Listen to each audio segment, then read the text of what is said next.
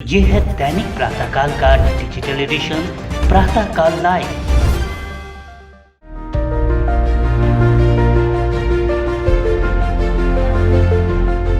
प्रातःकाल लाइव पर राजस्थानी प्रवासियों के साथ बने रहने का हमारा सिलसिला लगातार जारी है। इसके तहत हम अपने विभिन्न कार्यक्रमों के जरिए आप लोगों तक पहुंचने का प्रयास करते रहते हैं।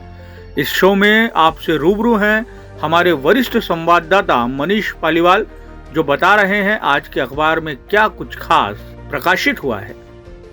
नमस्कार, प्रातःकाल लाइव पर आप सभी का स्वागत है। मैं हूं मनीष पालीवाल और मैं लेकर हाजिर हुआ हूं आज का अखबार। मैं आपको बताऊंगा कि आज पेज नंबर 1 से लेकर 12 तक किन किन प्रकार की खबरों को हमने प्रकाशित किया है। पेज नंबर 1 की बात करते हैं तो सबसे बड़ी खबर है शेयर मार्केट में हाहाकार मचा है और उसका मूल कारण है कि सेंसेक्स 1546 अंकों के साथ नीचे गिर गया है। इस कारण बहुत सारे निवेशकों को बड़ी मात्रा में आर्थिक नुकसान होने की खबर है। दूसरी खबर की तरफ रुख करते हैं तो राजस्थान में हर तीसरा सैंपल पॉजिटिव पाया जा रहा है। जैसा कि आप जानते हैं कि पूरे देश में कोरोना की बहुत बड़ी लहर चल रही है। राजस्थान में बड़ी मात्रा में गहलोत सरकार द्वारा सैंपलिंग कराई जा रही है। इन सैंपलों के दौरान ये पाया गया है कि हर तीसरा सैंपल पॉजिटिव है, यानी कहीं न कहीं आपके इर्द गिर्द कोरोना पूरी तरीके से जकड़ा हुआ या कब्जा किए हुए। अपने आप को भी सतर्क रखें और परिवार को भी सुरक्षित रखें। तीसरी खबर है ठंड की। ठंड का नाम सुनते ही आपको भी ठंडी लग गई होगी। राजस्थान में इस बार -4 का तापमान दर्ज किया गया।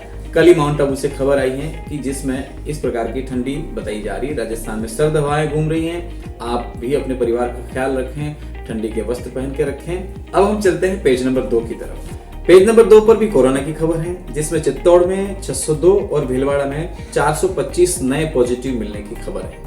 आप जान सकते हैं कि कोरोना कोई मामूली बात नहीं है। पेज नंबर 1 से लेकर 12 तक तकरीबन आपको इसी प्रकार की खबरें मिलेगी, तो कोरोना से विशेष ख्याल रखें।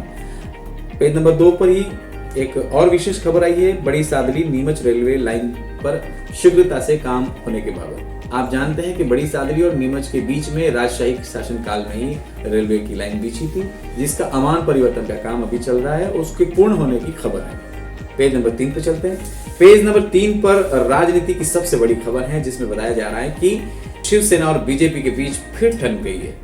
पेज नंबर 3 पर सबसे बड़ी जो लीड है वो भाजपा और शिवसेना के बीच में हिंदुत्व के मुद्दे पर ठनने की खबर आ रही है। दूसरी जो खबर है वो ठंड की है।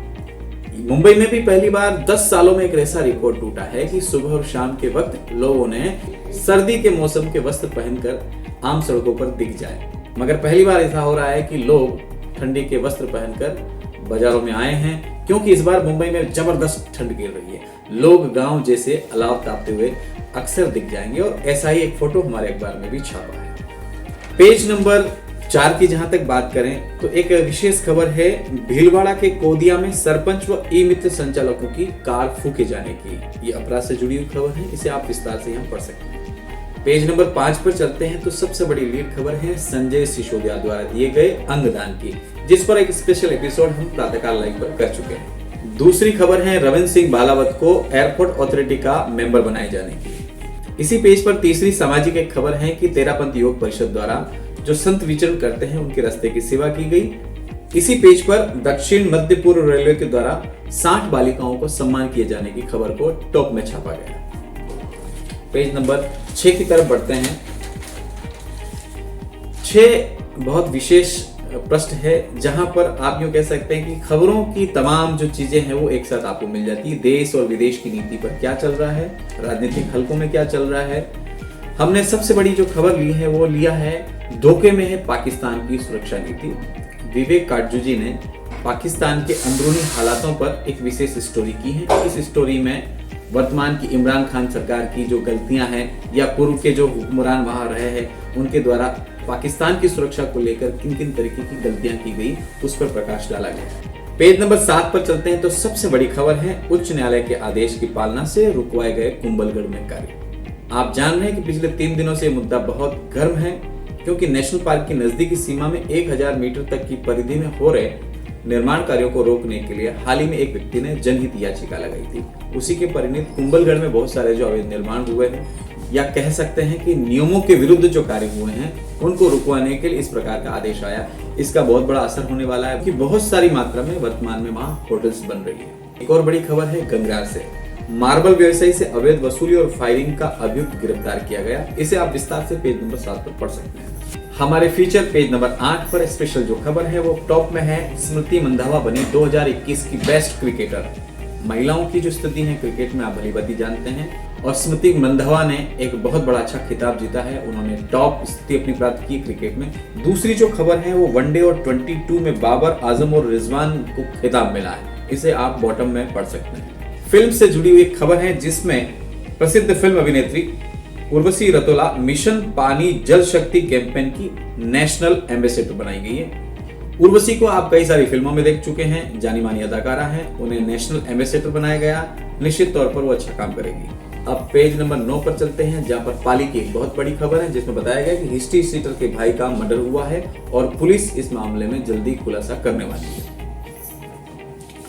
यहाँ पर और भी राजसमंद और अन्य जिलों की खबरें हैं। अब चलते हैं पेज नंबर 10 पर, जहां पर हमारे राजनीतिक रिपोर्टर्स द्वारा बहुत अच्छी अच्छी खबरें छापी गई हैं। जो सबसे पहली खबर है वो यूपी के चुनाव को लेकर है। यूपी में आप जान ही रहे हैं, योगी जी और अखिलेश जी के बीच में घमासान है। कांग्रेस की स्थिति हालांकि वहां बहुत कमजोर है, फिर भी इस खबर को आप पढ़कर समझ सकते हैं कि कांग्रेस किस स्थिति में यूपी में बनी हुई है। खबर में यह है कि कांग्रेस को ही शिकस्त देने के लिए प्रियंका के मोहरों का इस्तेमाल किया जा रहा है। इस खबर को बहुत अच्छी तरीके से लिखा गया है और इसको पढ़कर आपको अंदाजा हो जाएगा कि कांग्रेस वहां किस स्थिति में है। दूसरी जो खबर है वो मध्य प्रदेश की। मध्य प्रदेश की जो खबर है उसमें बताया गया कि शिवराज ने दिग्विजय सिंह को समय तो दिया है लेकिन भाव नहीं दिया।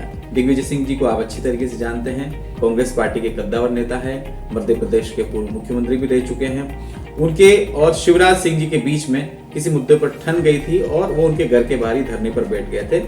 शिवराज सिंह जी ने उनसे मुलाकात तो की है लेकिन भाव नहीं दिया, और भाव कैसे नहीं दिया वो जानने के लिए आपको एक खबर पढ़नी पड़ेगी। तीसरी जो खबर आ रही है वो यूपी से है, जिसमें बताया जा रहा है कि मुश्किल में है सपा का मुफ्त बिजली अभियान। आपने देखा होगा कि चुनाव शुरू होने के साथ ही अखिलेश यादव ने आम जनता से एक वादा किया कि आप अपने अपने फॉर्म भर के दीजिए, आप कहाँ के निवासी हैं, कितनी बिजली यूज करते हैं, हमारी सरकार बनती यानी कि सपा की सरकार बनती है 300 यूनिट बिजली आपको मुफ्त में दी जाएगी। इस मुद्दे को लेकर भारतीय जनता पार्टी ने सपा के इस घोषणा पत्र को लेकर घेरा है और चुनाव आयोग को शिकायत की। इस मामले में चुनाव आयोग ने सपा पार्टी से जवाब मांगा है, जिससे ये नजर आता है कि आने वाले दिनों में अखिलेश यादव की कैंपेनिंग से यह मुद्दा गायब हो जाएगा। पेज नंबर 11 पर चलते हैं। पेज नंबर 11 पर उदयपुर से जुड़ी स्मार्ट सिटी की एक खबर है। आप देख ही रहे हैं कि 2 साल में उदयपुर को स्मार्ट सिटी बनाने के लिए बड़े बड़े जतन किए जा रहे हैं, लेकिन अव्यवस्थाओं का भी दौर चल रहा है। उसी के मद्देनजर ये पूरी खबर है।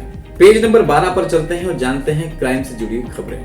पहली जो लीड है वो विधायक की मौजूदगी में दहेज में दिए गए 1 करोड़ 16 लाख रुपयों की है। आप जानते हैं कि जयपुर के पास नंदबाई के कांग्रेस विधायक जोगिंदर सिंह असावा और टोडा भीम पूर्व विधायक घनश्याम सिंह महर की मौजूदगी में 1 करोड़ 16 लाख रुपए का दहेज दिया गया।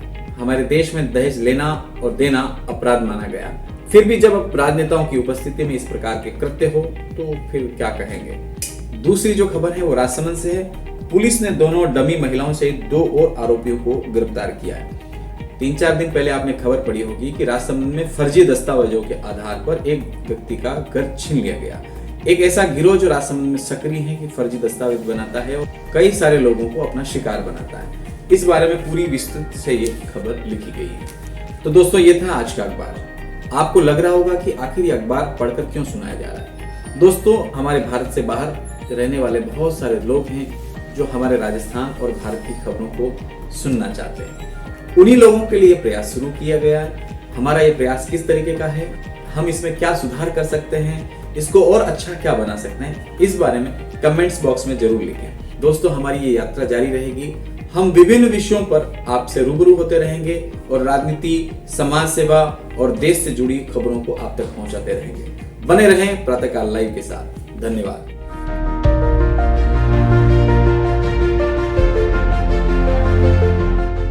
अगर आप ये कार्यक्रम YouTube पर देख रहे हैं तो हमारे चैनल को जरूर सब्सक्राइब करें और Facebook पर देख रहे हैं तो हमारे पेज को लाइक करना ना भूलें।